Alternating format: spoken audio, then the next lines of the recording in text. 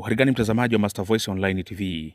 Usisahau kusubscribe, ku like, ku comment na kushare. Bana, leo tumepita katika ukurasa wa kwake Peter Msigwa.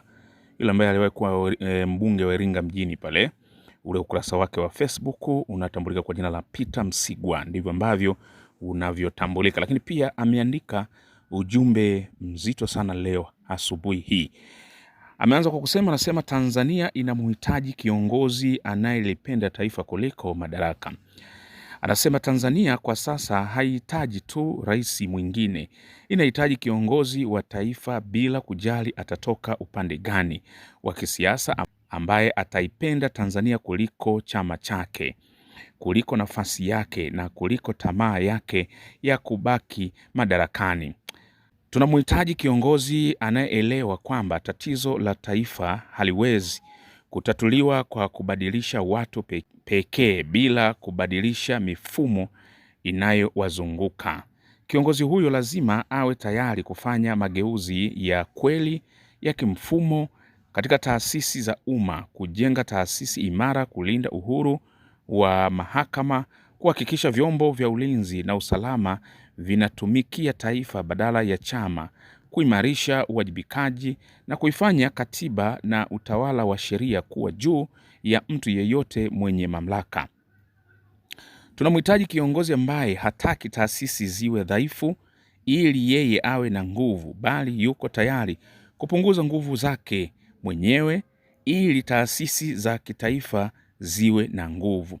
Kiongozi ambaye ataelewa kwamba urais ni wa muda, lakini Tanzania ni ya vizazi, na kipimo kikubwa zaidi cha uzalendo wake kitakuwa hiki: awe tayari kukosa urais kuliko kupata kwa gharama ya kuendeleza mfumo unaoliumiza taifa.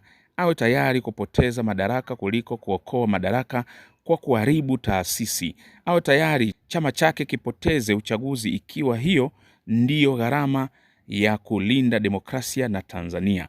Kwa sababu mwisho wa yote, Tanzania haihitaji mtu mwenye kiu kubwa ya kuwa rais. Inahitaji mtu mwenye kiu kubwa ya kuijenga Tanzania, hata kama historia itaamua kwamba yeye mwenyewe asiwe rais.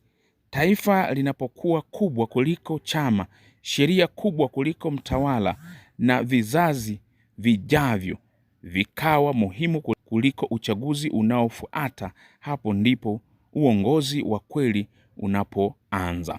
Hapo chini akamalizia pale kwa kuandika Rev kwa maana ya REV Peter Msigwa, ndio ameandika ujumbe wake. Sasa komenti zinaendelea kushuka nyingi pale, naomba nikusomee chache tu kati ya zile nyingi. Anasema umeandika vizuri sana mtumishi, lakini viongozi wa hivyo huwa wanatengenezwa. Ndiyo maana ukienda China, Russia, Iran, North Korea, ili uwe na sifa za pale juu lazima waangalie kama kwenye faili la taifa la kati ya vijana wale welevu na wenye akili kubwa, kama ulikuwepo na umeandaliwaje. Lakini pia Mauridi Hamidu anasema na kukubali sana Msigwa, ulipohamia CCM siku ile nilikuwa sana kwa uchungu, lakini nilijua uwezi kukaa CCM kwa sababu wewe mpenda haki kweli. Siku unarudi Chadema nilikula chakula na kuwapa watu sadaka kwa furaha. Wewe hapa Tanzania unahitajika sana, unajua nini Watanzania wanataka. Wewe upo vizuri katika siasa za ndani na nje ya Tanzania. Mwingine anasema umenena vema, japo kwa tulipofika ilichukua vizazi vingi vijavyo, ikiwepo kuondokana na tamaa, kubadili mindset, mitaala, vioni na mengineyo. Kwa tulipofika hali ni mbaya sana.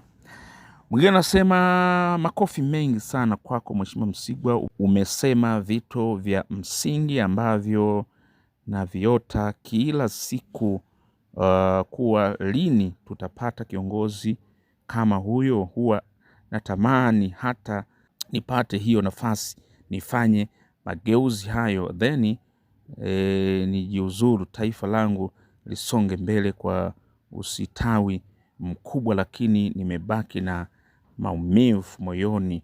Usisahau kusubscribe, kulike, comment na kushare. Comment ni nyingi sana, utaendelea kuzisoma kule chini.